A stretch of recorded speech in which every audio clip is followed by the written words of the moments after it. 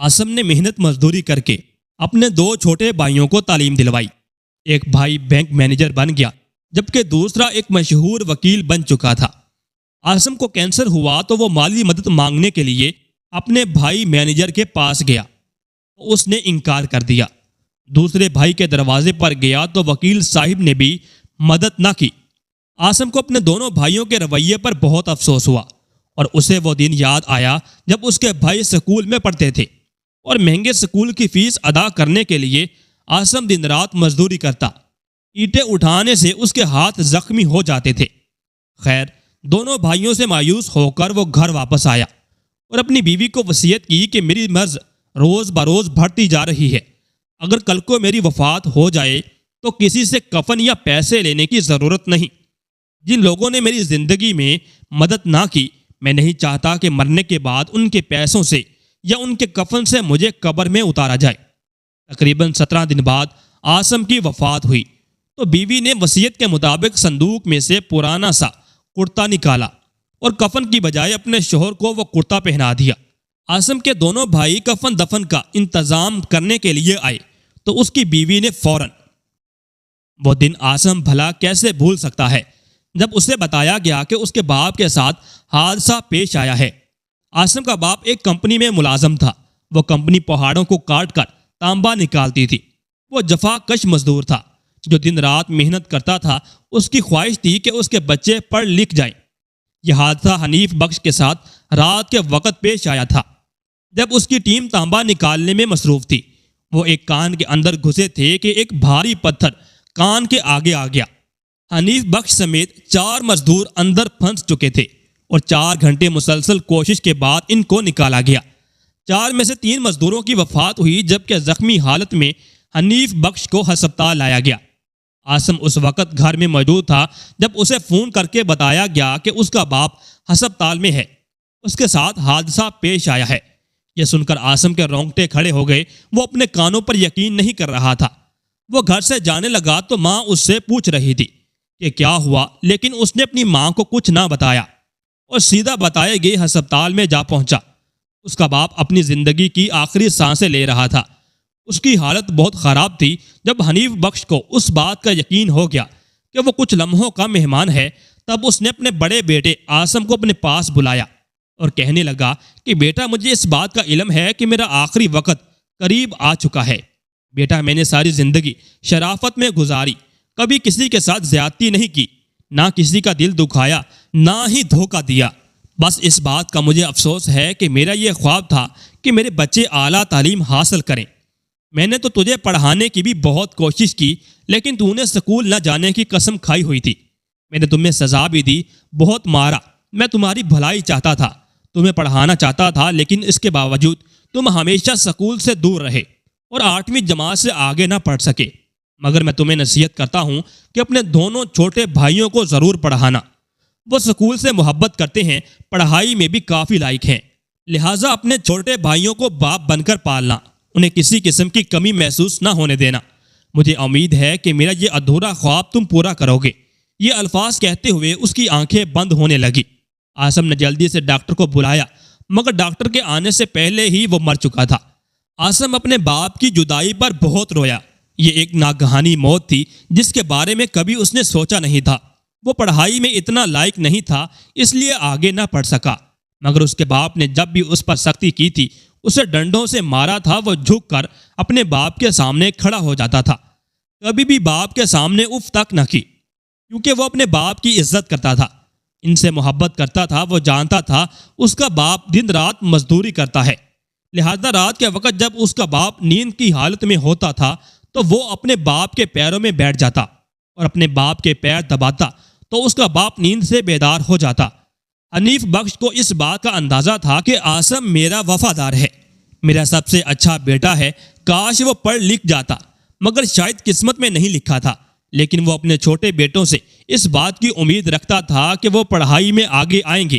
آسم نے اپنے باپ سے وعدہ کیا کہ میں اپنے چھوٹے بھائیوں کو جان سے بھی زیادہ عزیز رکھوں گا اور ان کو ضرور پڑھاؤں گا۔ والد کی وفات کے بعد اس نے اپنے والد کی تدفین کی، پھر وہ کافی دیر تک اپنے باپ کی قبر پر بیٹھا روتا رہا۔ لوگوں نے کوشش کی کہ اسے ساتھ لے جائیں، لیکن آسم نے تمام لوگوں سے درخواست کی کہ میں کچھ لمحے یہاں اکیلے رہنا چاہتا ہوں، مجھے تھوڑی دیر اکیلا اپنے باپ کے ساتھ رہنے دو۔ لوگ واپس چلے گئے، لیکن آسم قبرستان میں بیٹھا رہا۔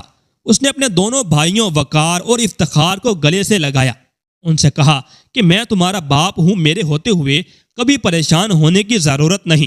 وقار اس وقت 8ویں جماعت میں پڑھتا تھا، جبکہ افتخار 6ٹھی جماعت کا اسٹوڈنٹ تھا۔ کچھ عرصہ وہ اسکول نہ جا سکے کیونکہ وہ اپنے والد کی وفات پر گہرے رنج و غم میں مبتلا تھے، مگر اس کے بعد آسم اپنے دونوں بھائیوں کے ساتھ سکول گیا۔ ماسٹر صاحب سے بات کی، انہیں بتایا کہ میرے بھائی اپنے باپ کی وجہ سے بہت پریشان تھے، کچھ دنوں تک وہ سکول نہ آ سکے، لیکن اب وہ کبھی چھٹی نہیں کریں گے، یہ میرا آپ سے وعدہ ہے۔ اس نے ماسٹر صاحب کو یہ بھی بتایا کہ میرے باپ کی بہت بڑی خواہش تھی کہ میرے یہ دونوں بھائی تعلیمی میدان میں آگے آ جائیں، اور میں اپنے والد کی یہ ادھوری خواہش پوری کرنا چاہتا ہوں۔ ماسٹر صاحب نے آسم سے یہی کہا کہ تمہارے بھائی پڑھائی میں بہت اچھے ہیں، مجھے اس بات کی خوشی ہے کہ یہ دلچسپی سے پڑھتے ہیں، مجبوری کی حالت میں چھٹی کرتے ہیں، ورنہ یہ بچے کبھی چھٹی نہیں کرتے، اور مجھے اس بات کی بھی امید ہے کہ اگر یہ اسی طرح لگن محنت سے پڑھتے رہے اور کام کرتے رہے تو ایک نہ ایک دن اپنے باپ کی یہ خواہش پوری کریں گے اور کامیاب ہو جائیں گے۔ آسم کو یہ جان کر کافی خوشی ہوئی، بھائیوں کی طرف سے وہ مطمئن تھا، لیکن اب اپنی ماں کی وجہ سے پریشان تھا، کیونکہ اچانک اپنے والد کی وفات کی وجہ سے اس کی ماں صدمے میں تھی۔ آسم اپنے بھائیوں کو سنبھال رہا تھا، ساتھ ساتھ اپنی ماں کا بھی سہارا بن رہا تھا۔ اپنی ماں کو اپنے ہاتھوں سے وہ کھانا کھلاتا تھا۔ کئی دن تک اس کی ماں ہسپتال میں رہی، پھر جب وہ گھر آئی تب بھی اس نے ماں کی بھرپور خدمت کی۔ صبح فجر کی نماز ادا کرنے کے بعد وہ ماں کے کمرے میں آتا تھا، اسے دودھ پیش کرتا تھا، اس کے پاؤں دباتا۔ وہ ہمیشہ اپنی ماں سے یہی کہتا کہ مجھے خدمت کا موقع دیجیے۔ ابا تو مجھے خدمت کا موقع نہیں دیتے تھے اور ناراض رہتے تھے، اور جب وہ سو جاتے تب نیند کی حالت میں میں ان کے پیر دباتا تھا، جس سے مجھے دلی سکون ملتا تھا۔ اس کی ماں شفقت سے اپنے بیٹے کے سر پر ہاتھ پھیرتی اور روتے ہوئے یہی کہتی کہ بیٹا تو میرا فخر ہے، فخر، تو میرا سب سے اچھا بیٹا ہے، تیرا باپ تم پر راضی تھا اور میں بھی تم پر راضی ہوں، بس میری دعا ہے کہ اللہ تعالیٰ تمہیں کسی ایسی آزمائش میں نہ ڈالے، کیونکہ زندگی میں کبھی کبھی ایسے معاملات پیش آتے ہیں اور ایسی آزمائشیں آتی ہیں جن میں انسان بالکل بے بس ہو جاتا ہے، اس کے اپنے اسے چھوڑ کر چلے جاتے ہیں۔ میری دعا ہے کہ تمہارے بھائی جن سے تم اتنی محبت کرتے ہو ان کے دلوں میں بھی تمہارے لیے محبت اور احترام جاری رہے، اور وہ اس حقیقت کو سمجھے کہ تو اپنے بھائیوں کے لیے کتنا مہربان ہے اور قربانیاں دے رہا ہے۔ آسم نے اپنی ماں سے یہی کہا کہ ماں جی آپ کو پریشان ہونے کی ضرورت نہیں، میرے دونوں بھائی بہت اچھے ہیں، جب یہ پڑھ لکھ کر بڑے آدمی بن جائیں گے تب میں شہزادوں کی سی زندگی گزاروں گا، مگر ان کی پڑھائی تک میں اپنی یہ محنت جاری رکھوں گا۔ جب تک یہ تعلیم مکمل نہیں کر لیتے میں چین سے بالکل نہیں بیٹھوں گا۔ یہ جمعے کی رات تھی۔ فجر کی نماز ادا کرنے کے بعد وہ اپنی ماں کے کمرے میں آیا اور پھر آواز دے کر ماں سے کہنے لگا کہ ماں جی اٹھ جائیں، فجر کی اذان ہو چکی ہے، نماز ادا کریں، اور اس کے بعد آپ کو میں نے دوائی بھی دینی ہے۔ 2-3 بار اس نے ماں کو آواز دی، لیکن اس کی ماں نے کوئی جواب نہ دیا۔ تھوڑا سا وہ پریشان ہوا اور پھر ہاتھ سے ماں کو جگانے کی کوشش کی، لیکن اس کی ماں ٹھنڈی ہو چکی تھی۔ اس کی ماں اسے ہمیشہ کے لیے چھوڑ کر چلی گئی تھی۔ فجر کے وقت ہی وہ دھاڑے مار مار کر رونے لگا۔ باپ کی وفات کے 2 ماہ بعد اس کی ماں اسے چھوڑ کر جا چکی تھی۔ محلے والے اس کے گھر میں جمع ہونے لگے۔ محلے کے لوگوں نے دیکھا کہ آسم کی ماں کی وفات ہو چکی ہے اور وہ ماں کے سرہانے بیٹھ کر رو رہا ہے۔ لوگوں نے اسے سنبھالا، پھر ماں کی میت سے دور لے گئے۔ ماں کی وفات کے بعد آسم اندر سے ٹوٹ چکا تھا۔ اسے ایسے محسوس ہوتا تھا جیسے اس کے سر پر آسمان نہیں، اور جیسے اندر سے وہ خالی ہو چکا ہے، بالکل ناکارہ ہو چکا ہے۔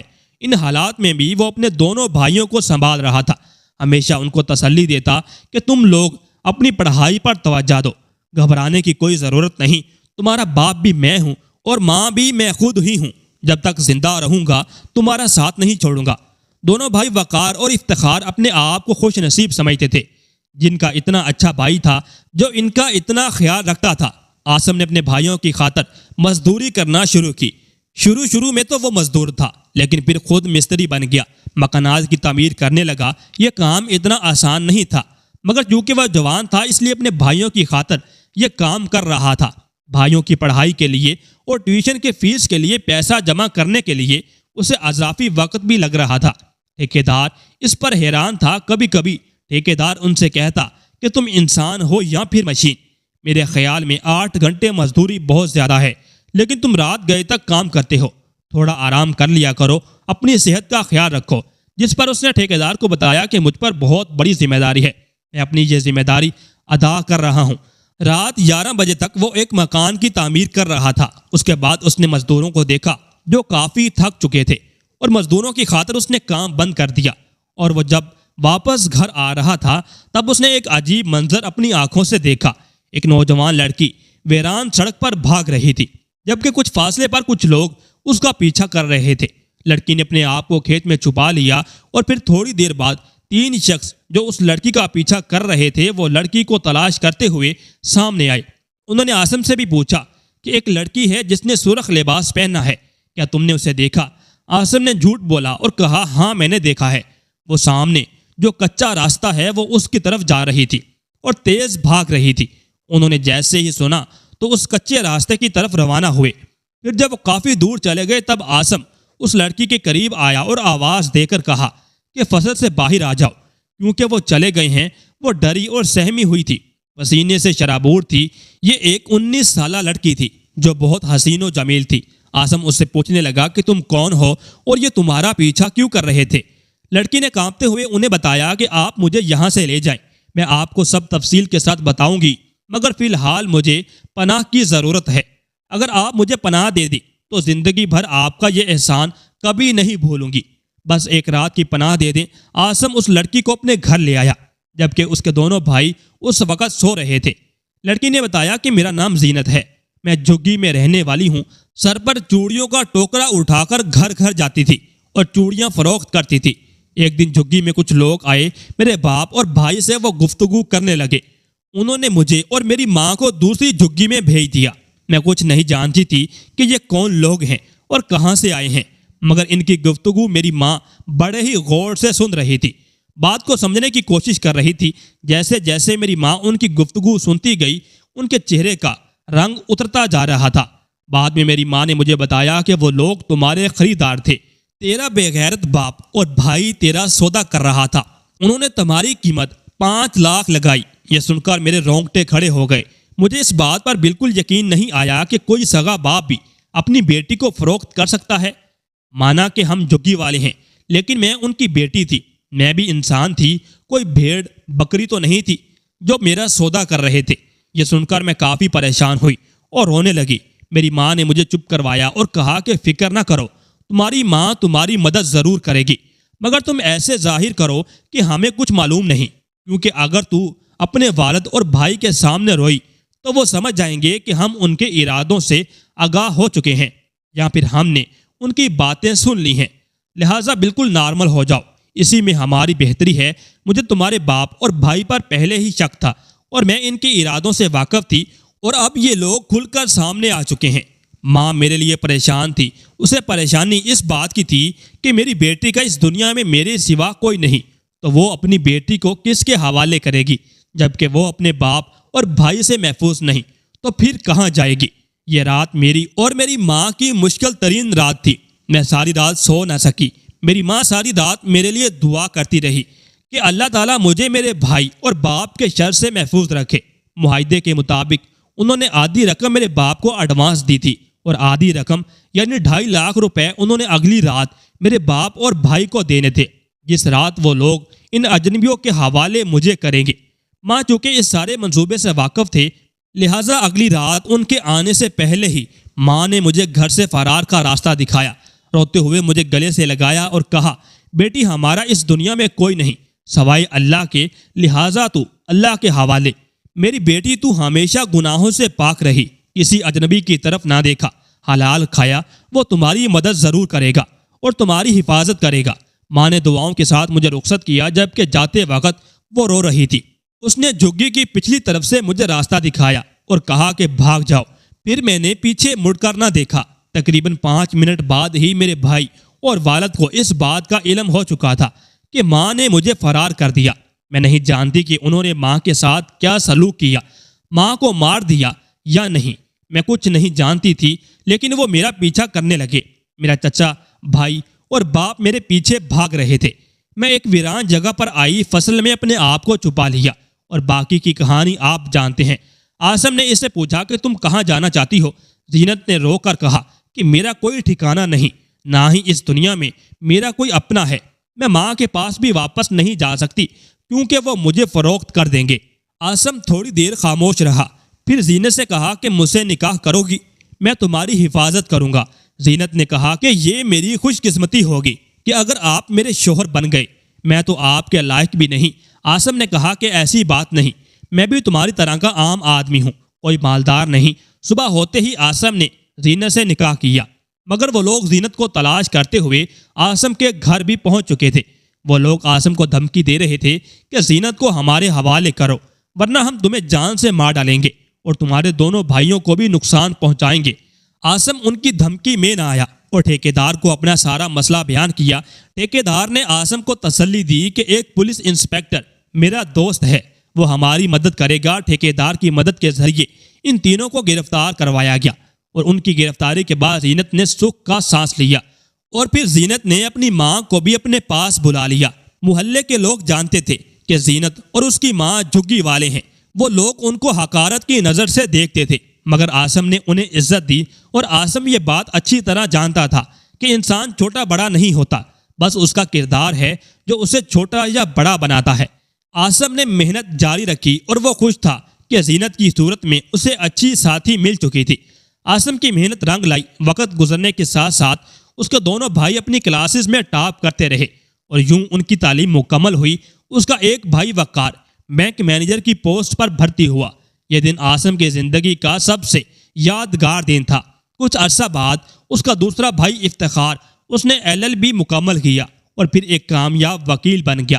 دونوں بھائیوں کے اچھے اچھے خاندانوں میں رشتے ہوئے، مگر جب محلے والوں نے وقار کی بیوی کو بتایا کہ عاصم کی بیوی ایک جھگی میں رہنے والی عورت ہے، تو اس کا رویہ زینت اور اس کی ماں سے بالکل خراب ہو گیا۔ قندیل نے اپنے شوہر وقار سے بات کی اور اسے کہا کہ ہم اس گھر میں اب نہیں رہ سکتے، کیونکہ ہمارے خاندان کا ایک نام ہے، مرتبہ ہے۔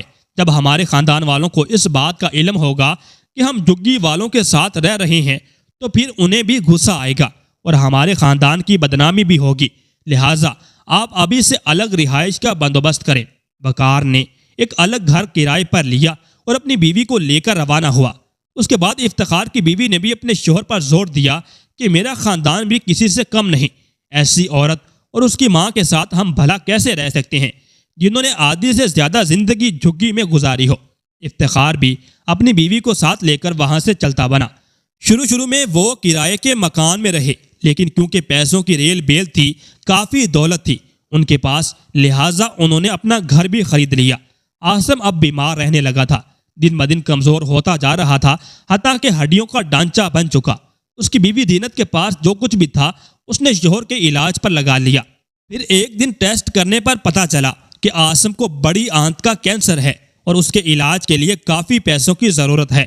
عاصم اپنے بھائیوں سے ناراض تھا کیونکہ وہ اسے چھوڑ کر جا چکے تھے، حالانکہ عاصم نے انہیں منع کیا تھا کہ مجھے اکیلا چھوڑ کر مت جاؤ، مگر انہوں نے بڑے بھائی کی بات پر عمل نہ کیا۔ وہ جانتا تھا کہ ان کے دونوں بھائی اس کی مدد کر سکتے ہیں، دونوں دولت مند ہیں، لیکن وہ ان کے دروازے پر کبھی نہ گیا۔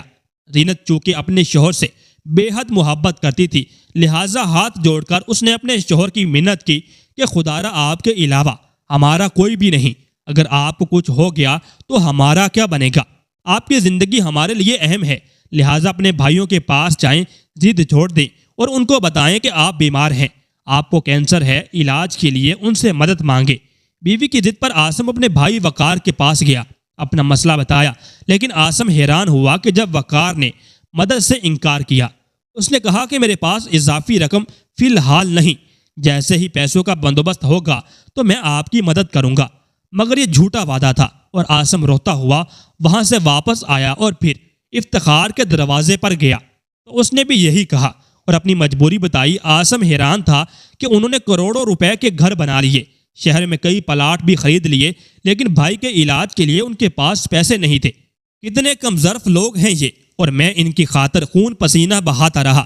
مشقت کرتا رہا اور ان کی پڑھائی کے لیے محنت کرتا رہا۔ وہ اپنے بھائیوں سے مایوس ہو چکا تھا۔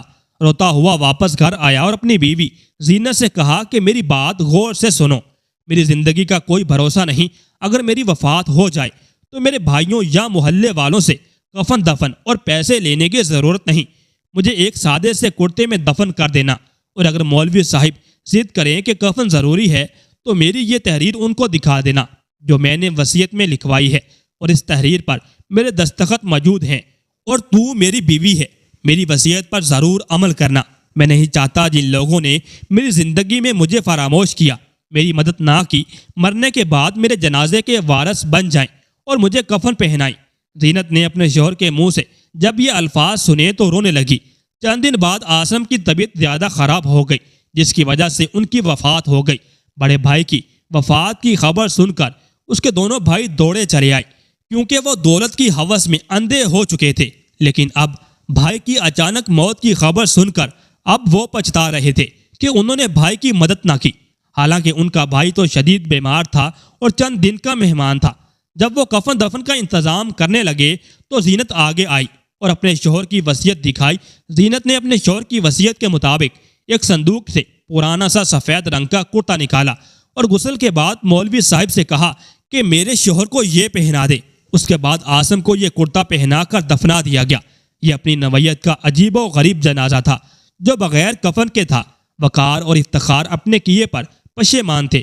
وہ اپنے محسن بھائی کو کھو چکے تھے، مگر اب پچھتانے سے کچھ بھی حاصل نہیں تھا۔